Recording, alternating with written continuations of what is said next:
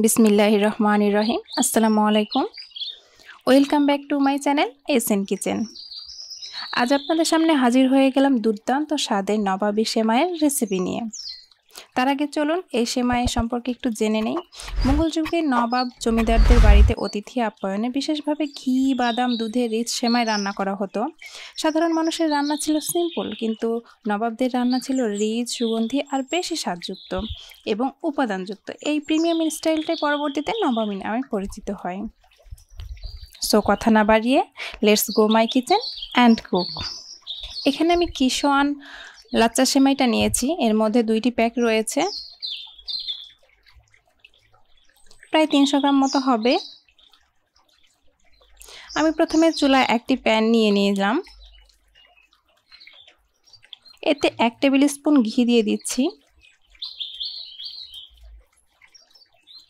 এখন চুলার আঁচটা একদম লোতে রেখে 1 টেবিল স্পুন কিশমিশ এর মধ্যে ভেজে নেব।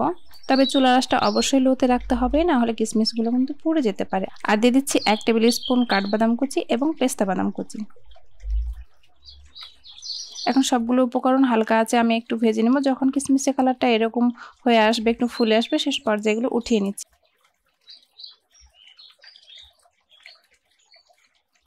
দিয়ে দিচ্ছি সেই একই ঘিয়ে দিয়ে দিচ্ছি 3টি সাদা এলাচ, মুখটা একটু ফাটিয়ে নিয়েছি, 2 টুকরো দারুচিনি এবং একটা তেজপাতা চিড়ে দিয়েছি।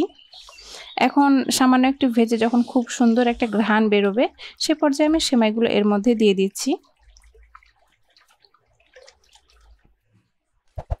এবং এটা হালকা আঁচে আমি এটা ভাজতে থাকব। এর মধ্যে দিয়ে দিলাম 1/3 কাপ চিনি।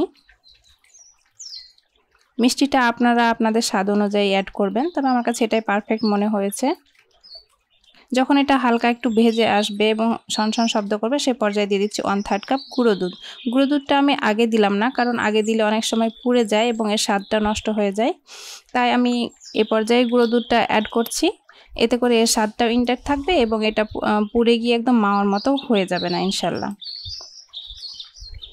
এবার আমি যে বাটিটাতে সেট করব, সেই বাটিটাতে এই সেমাইয়ের অর্ধেক অংশ নিয়ে নিচ্ছি।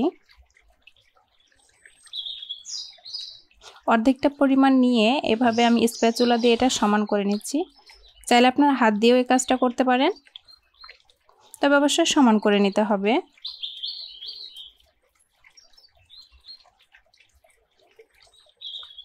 এবার চুলায় একটি প্যান নিয়ে নিলাম এবং এতে দিয়ে দিচ্ছি আমি 3 কাপ দুধ, মানে 1.25 লিটার লিকুইড দুধ। এটা আমার ফুল ক্রিমযুক্ত লিকুইড দুধ। আর দিয়ে দিচ্ছি 1/4 কাপ গুঁড়ো দুধ।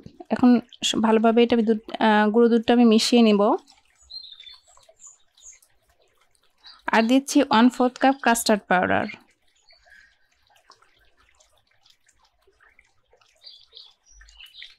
আর দিচ্ছি 1/3 কাপ চিনি।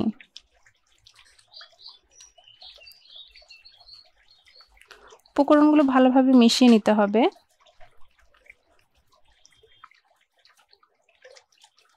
1 টেবিল স্পুন দিয়ে দিলাম আমি সুজি। এতে করে ক্রিমটা অনেক মানে টেক্সচারটা অনেক ভালো আসবে।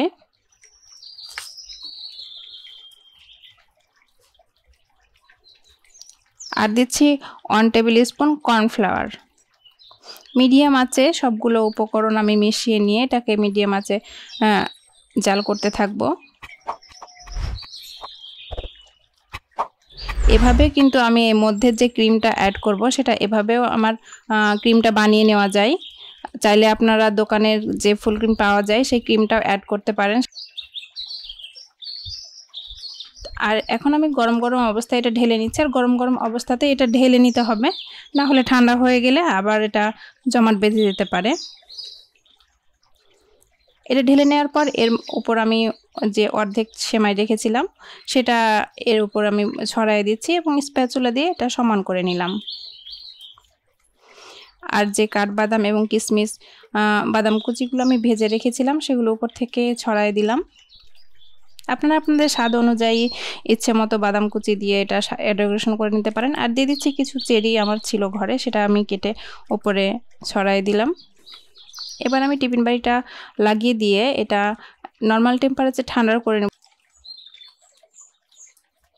আর চাইলে এরকম ছোট ছোট মিনি কাপেও আপনারা এটা সেট করে নিতে পারেন। প্রথমে সেমাই দিয়ে তারপরে ক্রিমের লেয়ারটা দিয়ে তারপরে উপরে আবার সেমাই দিয়ে বাচ্চাদের জন্য এরকম করেও কিন্তু খুব সুন্দর বানানো যায় এবং তারা খুব পছন্দ করে। আমার বাচ্চারা তো খুব পছন্দ করে, তাই আমি তার জন্য এভাবেও বানিয়ে নিলাম।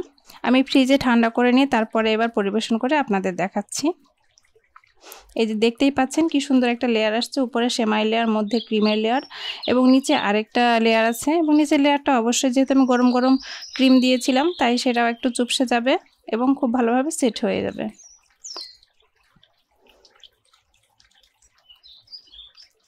আমি আপনাদেরকে কেটে সার্ভ করে দেখাচ্ছি।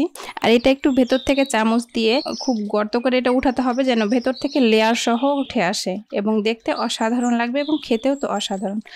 যদি ভিডিওটি ভালো লেগে থাকে তো অবশ্যই লাইক, কমেন্ট এবং শেয়ার করার অনুরোধ রইল। এবং ফেসবুক পেজ থেকে যদি আপনারা দেখে থাকেন তাহলে অবশ্যই ফলো করবেন। সবাই ভালো থাকবেন, সুস্থ থাকবেন। আল্লাহ হাফেজ।